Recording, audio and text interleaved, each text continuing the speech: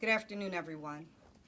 Here with me today are SAC from HSI, Aaron Keegan, ASAC from FBI, Mark Grimm, and two members of the trial team, Senior Litigation Counsel, Joseph Trippi, and AUSA, Casey Chowback.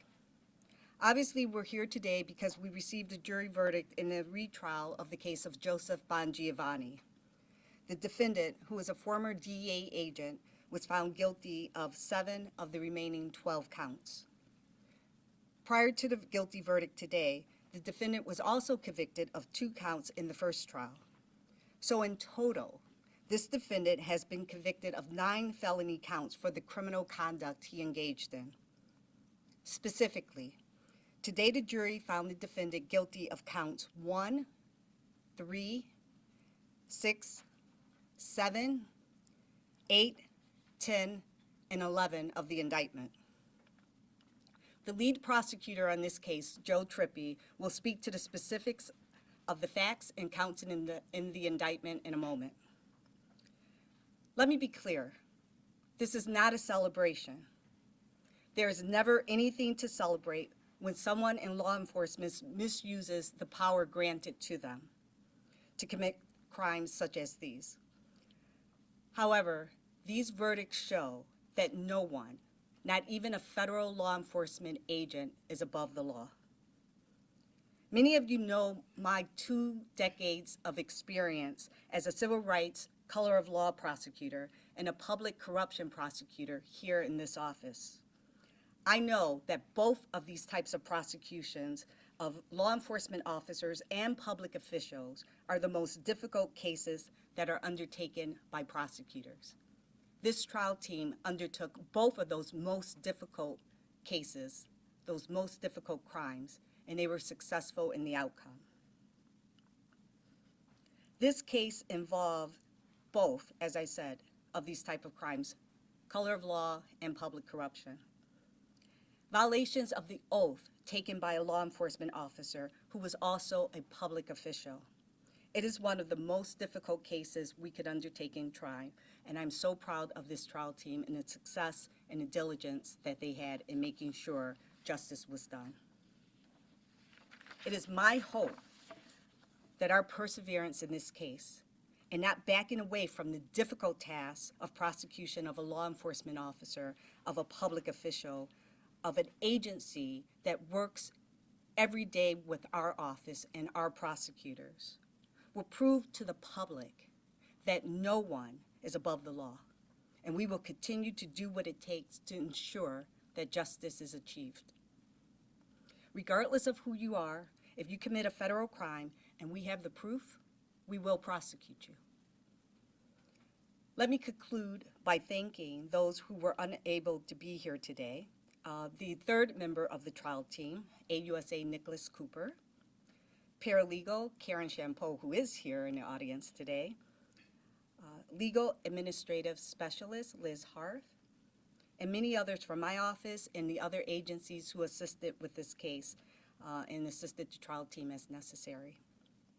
Our local law enforcement agencies, including the Erie County Sheriff's Office and the Niagara County Sheriff's Office, and other federal law enforcement agencies, including DOJ, Office of Inspector General, and ATF. And I would be remiss if I did not also say thank you to the former HSI SAC, Matthew Scarpino, who left the district a week ago. We're very lucky to have Aaron with us, but Matt lived with this case for a very long time during his tenure as HSI, so I just want to say thank you to him, and thank you to Aaron and to Mark for all the support we receive from your agencies and will continue to receive. Now let me turn the podium over to FBI ASAC Mark Grimm to provide some remarks. First off, I too want to thank the U.S. Attorney's Office for all their great support on this investigation. HSI, their agents worked hand in glove with the FBI through this investigation.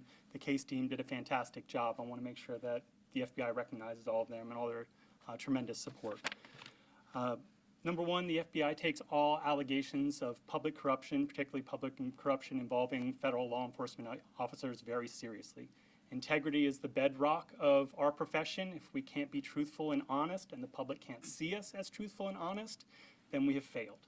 So this is a great opportunity for us to show our commitment to this violation, show our commitment to the community, show our commitment across federal law enforcement to say that we'll stand up, we'll investigate these allegations from the beginning to the end. We'll take these prosecutions as far as we have to in collaboration with our partners to see justice done. It's the number one priority of our white-collar squads. Public corruption is important, and it's the only way that we can justify what we're doing in the community. And really, that's all I wanted to say, was just an opportunity to say thank you and talk about the importance of our work in this area. I'll turn it over to HSI. Thank you.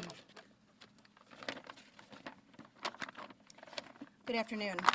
I'm Erin Keegan, the Special Agent in charge of the Homeland Security Investigations, or HSI, Buffalo office. I'd like to begin by thanking United States Attorney Trini Ross and her office for bringing this case to a successful conclusion and reaching a guilty verdict. I would also like to thank our law enforcement partners from the Department of Justice, Office of the Inspector General for the Northeast Region, and the FBI Buffalo office. Homeland Security Investigations, or HSI, is the primary investigative arm of the Department of Homeland Security, responsible for investigating transnational criminal organizations, exploiting the borders of the United States, and we enforce over 400 federal statutes. This case began as an investigation related to a drug trafficking organization operating in Western New York. As the investigation progressed and several arrests were made, additional co-conspirators were identified, which included Joseph Bongiovanni. Today, a federal jury convicted Bongiovanni on the various charges outlined by United States Attorney Ross. Joseph Bongiovanni chose to violate public trust, but this should not, in any way, be a reflection on the thousands of DEA agents or law enforcement officers who serve this nation with honor and integrity. Joseph Bongiovanni is the exception. He chose his own path of deception and betrayal. Thank you.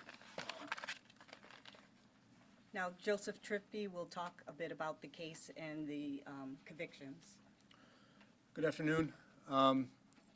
As you know, he was found guilty of counts 1 and 3. Those counts demonstrate that he protected a drug trafficking organization as part of his criminal conspiracy. So he's a federal agent convicted with the very same drug traffickers that he was duty-bound to investigate. And that's what this jury found. The other counts relate to his obstruction of justice, related to various false reports and false statements he made along the way in perpetrating that conspiracy in counts 1 and counts 3. And so that is the crux of what he was convicted of today. Make no mistake, this jury determined he was a corrupt federal agent and he violated his oath and duties to protect those that he should have been investigating and arresting. So. We will take questions. Hi, Pat. Hi, a question for the HSI official. You said that he's the only person who was a problem with the agency, but there were at least 2 or 3 DE agents who were not called to testify because the prosecution team told the judge they couldn't trust them, and they were subject to target letters. Can you address that?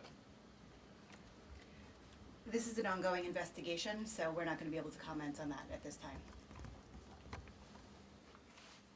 Yes. Hi, I had a question for Joe. I don't know if you've heard the comments of Bongiovanni's attorneys earlier. They said that what they argued that the jury found him guilty of just making mistakes on paperwork. How would you respond to that? I would say the elements of each of the crimes, in terms of count 1, it requires him to act with deceit and dishonesty. That was an element of the conspiracy in count 1. Count 3 required us to prove as an element that he agreed to, with others, to traffic controlled substances. The other counts 6, 7, 8, 10, all require him to have a corrupt intent, which means the jury rejected any notion of a mistake. Similarly, count 11 requires him to make a false statement knowingly and willingly, which again by the jury's verdict, rejects any notion that this was a mistake. This was corruption through and through. Hey, Charlie. Are you, can I just ask, this is the second try here, and what did you guys do to sort of regroup and, come at this again, and how did that help you get, the result that you were looking for this time? So I have two members of the trial team here, and I'll let either or both of them respond to that. Come on, Casey. No? There was obviously certainly a lot of similarities between trial 1 and trial 2. If anything, we tried to shorten the trial a little bit. We did so, I think, by calling 8 fewer witnesses. Some of that was due in part to illnesses that happened during the trial, but we tried our best to streamline the case, even though it was a challenge because of the sprawling nature of the charged conspiracies. It didn't lend itself to streamlining too much, but that's what we tried to do. And I just want to point out that this was a very important case, as I stated, because it's a federal law enforcement officer who we allege and now has been found to be corrupt, as well as a public corruption case. So the retrial was very important to show the public, to show this community, and to show anybody who might want to engage in this kind of conduct that we believe in the cases that we bring, and we will retry them if we need to. Yes. One could argue that the public official accepting a bribe charge was maybe one of the most challenging charges to bring forth and prove. How disappointing is it that the jury found him not guilty on that charge? We respect the verdict, the deliberations of the jury, and what they felt was the proper either to convict or not to convict. We're not disappointed at all in the outcome of this case, trial 1 or trial 2, because what we set out to do was to show that Joseph Bongiovanni was a corrupt federal agent, and we did that. This went on for quite a few years, according to the court documents before it was discovered. Are you confident that there's, new safeguards in place to prevent a rogue agent from acting like this in the future? I am confident that no federal agency wants to ever see this happen again, and that knowing what happened and how it happened, that there are guardrails and safeguards in place to ensure that doesn't happen again. But listen, we're all human, right? And when you take an oath, we trust you to adhere to that oath. Most, as Zach Keegan said, most do. Most federal agents and people in the public trust do. But sometimes they don't. And when they don't, we're here to make sure that justice is done. Why is sentencing 8 months from now? That seems like a length in time. It's twofold. One is a really practical answer is the team that just tried this case in short order will be trying another case that will be of similar length. So we asked for a little bit of time because we're most familiar with the facts here and we'll need to make a robust presentation at sentencing. As well as post-verdict in any trial, the defense gets to make certain motions to take another attempt to convince the judge to, dismiss counts. So the defense wants time to file and prepare those motions, which they need transcripts from this trial to do. So all of that takes time. Usually sentencings get pushed out maybe 4 to 6 months, so this is a little longer than that. And how much time is he looking at? That'll be a function of the federal sentencing guidelines, and there are a lot of factors that go into those. So we'll be parsing the trial transcripts ourselves, trying to look at all of the sentencing guidelines that are applicable to his conduct, so I don't have a good answer for you right now. Joe, the absence of Masekia trial, was that a weakness yet over time? And did you ask him to testify? He refused? I can't comment on that part. What I could comment on is the public filing of his plea agreement, which, as you may well know, he acknowledged that Bongiovanni passed along law enforcement sensitive information. The fact that he didn't cooperate is a well-known fact that played out at this trial. The jury didn't get that, though. The jury doesn't get to consider that, but it is part of the public record that you're aware of. Yeah. I know each trial, has to be tried on its own merits, but do you think that this gives you, confidence going into the next future race So Charlie, you know I'm not going to comment on a pending litigation, so no comment. Can you talk about what this case and this verdict says about the state of Italian organized crime in Buffalo? I have thoughts, but I'm going to let him answer. I could say only what's in the public indictment at this point, and what came out at trial is that, you know, the proof at trial was that there are still people who hold that reputation, and there was direct testimony that came out at this trial that Mike Misaki himself admitted he's a made man. You know, that lends itself to an inference there that you can draw whatever inference you want. What would be the I would say in terms of, you know, any other pending investigation, I can't comment. what would be the most jail time he could face based on the charges I just compared? 20-year maximum. Okay, last call. Well, thank you all for coming, and I want to say again to my trial team and everybody in this office, the federal agents we work with, the local law enforcement we work with, this was a hard-fought road to justice, but in the end, we got there. So thank you.